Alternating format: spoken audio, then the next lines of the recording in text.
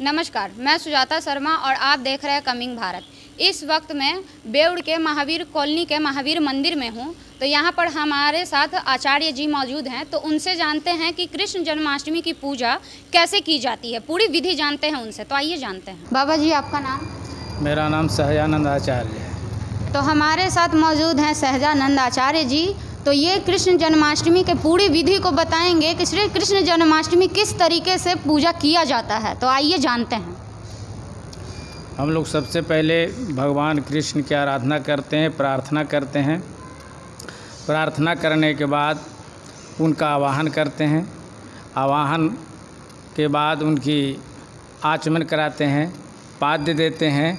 पाद्य देने के बाद भगवान को तुलसी दल लेकर करके उनको अर्पण करते हैं, आसन देते हैं बैठने के लिए, और उस पर विराजमान भगवान हो जाते हैं। उस पर विराजमान होने के बाद भगवान को स्नान कराते हैं, पंचामृत से स्नान कराते हैं। उसके बाद शुद्ध जल गंगाजल से स्नान कराते हैं। गंगाजल से स्नान कराने के बाद भगवान का वस्त्र पहनाते हैं। वस्त्र पहनाने के बाद माला पहनाते हैं, चंदन लगाते हैं। चंदन लगाने के बाद भगवान को इत्र लगाते हैं। इत्र लगा कर के भगवान को फिर थोड़ा सा जल दे करके उनको अर्पण करते हैं। वस्त्र के अंत में भी पहना करके भी जल देते हैं। भगवान को माला पहनाने के बाद चंदन लगा करके चंदन लगाने के बाद भगवान के साथ फिर आराधना करते हैं, प्रार्थना करते हैं। भगवान को दीप दिखाते हैं। दीप दिखाने के बाद उसके बाद भोग लगाते हैं। भोग में भगवान का उस दिन भगवान के सामने जन्मदिन मनाने के लिए हम लोग खीरा रखते हैं। खीरा के साथ साथ मक्खन, मिश्री, क्या बोलते, सिंघाड़ा का हलवा भगवान को भोग लगाते हैं। भोग लगाने के बाद भी भगवान के हम लोग स्तुति करते हैं।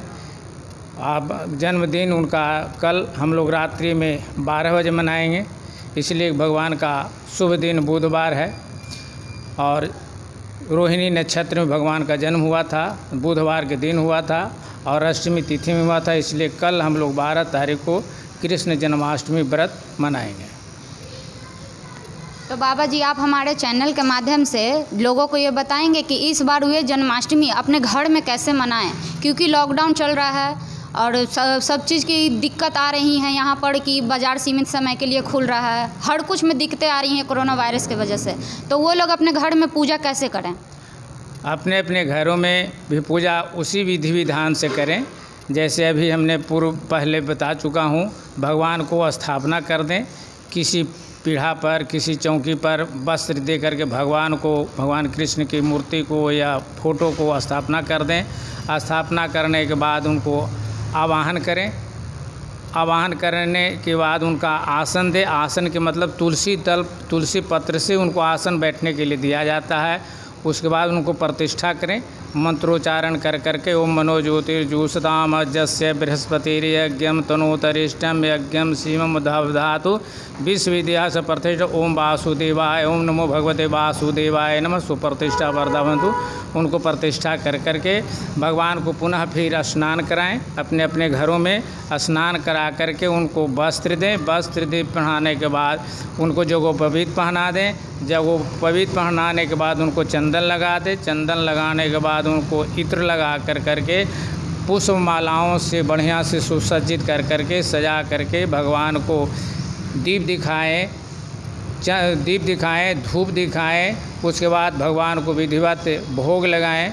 माखन, मिश्री, सिंघाड़ा का हलवा, फल इत्यादि से सभी चीज़ों से उनको भोग लगा करके प्रसाद अपने लगा करके भगवत कथा सुने भगवान कृष्ण का जन्म की बनिस्बत। उनका जन्म हुआ था या कृष्ण जन्माष्टमी हम लोग जन्म क्यों मनाते हैं, उसमें कहा गया है वसुदेव सुतम देवम कंस चाणूरमर्दनम देवकी परमानंदम कृष्णम वंदे जगद्गुरुम। भगवान कृष्ण को जेल में जन्म हुआ था। जेल में जन्म होने के बाद वे अपने देवकी से 8वां पुत्र के रूप में जन्म लेने वाले ही थे कि कंस को पहले ही मालूम हो चुका था कि कंस देवकी नंदन से जो 8वां पुत्र जन्म लेगा तुम्हारा वध करेगा।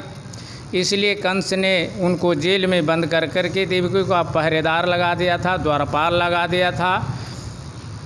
कि 8वां पुत्र जन्म होगा तो मुझे सूचना मिलेगा, उसके बाद इनको हम हत्या कर देंगे। लेकिन भगवान के असीम अनुकंपा के कारण जब भगवान ने जन्म लिए तो द्वारपाल जितने भी जेल में थे वे सब लोग सो गए और भगवान तुरंत उसके पहले ही देवकी को यह मालूम हो गया था कि मेरा 8वां पुत्र जो जन्म लेगा वो कंस मेरा भाई मार देगा, इसलिए बहुत चिंतित रहती थी। गर्भ में जब भगवान कृष्ण थे उसी समय देवकी एक तालाब पर गई थी और तालाब पर जा कर के बहुत वह चिंतित थी, सोच रही थी मेरा पुत्र 7 पुत्रों को तो कंस ने मार दिया, 8वां पुत्र भी मेरा जन्म लेगा उसको मार देगा।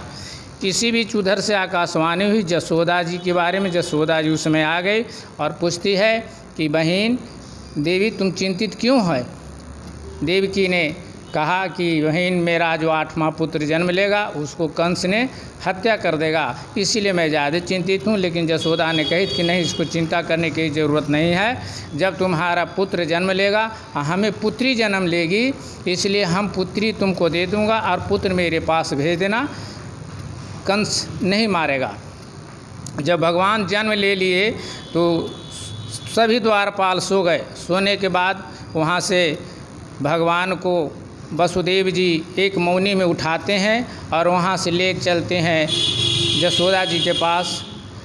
एक लोग कहावत कहते हैं मथुरा में जन हरि जन्म लियो हो, गोकुल में पगधारा। ने मथुरा में जन्म लिए और गोकुल में जाना था। बीच में नदी जमुना नदी बहुत तूफानों पर था। सोचते थे वसुदेव जी कि कैसे नदी में जाएं, हम भी डूब जाएंगे, बालक भी डूब जाएगा। उसके बाद थोड़ा सा ही नदी में हिले तो भगवान अपने पीछे से पैर लंबा कर के और नदी में जमुना जी में ठेका देते हैं। जमुना जी सूख जाती हैं, वसुदेव जी ले करके चले जाते हैं और वहाँ जा कर के जसोदा जी को पुत्री जन्म ली थी। जसोदा जी बेहोश हुई थी लेकिन पुत्री जन्म लेकर के उछल कूद रही थी। वहाँ पर वसुदेव जी जाते हैं और भगवान कृष्ण को रख देते हैं और वहाँ से देवी को ले करके चले आते हैं जेल में। पुनः यहाँ आते हैं तो सब द्वारपाल तब तक सोए थे। जब देवी आ जाती हैं तो सभी द्वारपाल जाग गए और आवाज़ रोने का बच्ची का सुन कर के तुरंत कंस को खबर दिए कि महाराज देवकी से पुत्र जन्म ले लिया है। तुरंत कंस ने आकर के भेजा और कहा कि जाओ। पता चला कि नहीं, यह एक बच्ची जन्म ली है। उसको जन्म लेने के बाद द्वारपालों को कहा और एक घाट वाला को बुलाया धोबी को कि इसको धोबी के यहाँ दे दो, ले जाके पाट पर पटक देगा और ये मर जाएगी। लेकिन ज्यों ही भगवती बच्ची को उठाती है, ज्यों ही आकाशवाणी हुआ कि अरे कंस तुमको मारने वाला वहाँ पर जन्म ले लिया है, हमसे तुमको क्या है, हम तुमको नहीं मारेंगे। आकाशवाणी हुआ और भगवती जो आज हम लोग देवी दुर्गाओं की पूजा करते हैं, श्लोक एगो है कि जसोदा गर्भ, नंद जसोदा गर्भ से भगवती जसोदा के गर्भ से भगवती दुर्गा देवी उत्पत्ति हुई है। नंद के यहाँ जा कर के उसी दुर्गा के रूप में हम लोग दुर्गा जी को पूजते हैं और एक पक्ष में भगवान कृष्ण को पूजते हैं। उसी समय से जन्म उत्सव भगवान का हम लोग शुरू से ही उसी समय से मनाते आ रहे हैं। कंस को मारने के, कंस बहुत मारने का प्रयास भगवान को कृष्ण के किया, बहुत तरह की प्रताड़नाएँ दी, तो उसके बाद भी सबको भगवान कृष्ण मारते गए। उसी समय से हम लोग भगवान कृष्ण जन्माष्टमी के रूप में आज तक हम लोग मनाते आते हैं और हम लोगों को सुख समृद्धि भगवान देते हैं, इसलिए हम लोग जन्माष्टमी मनाते हैं।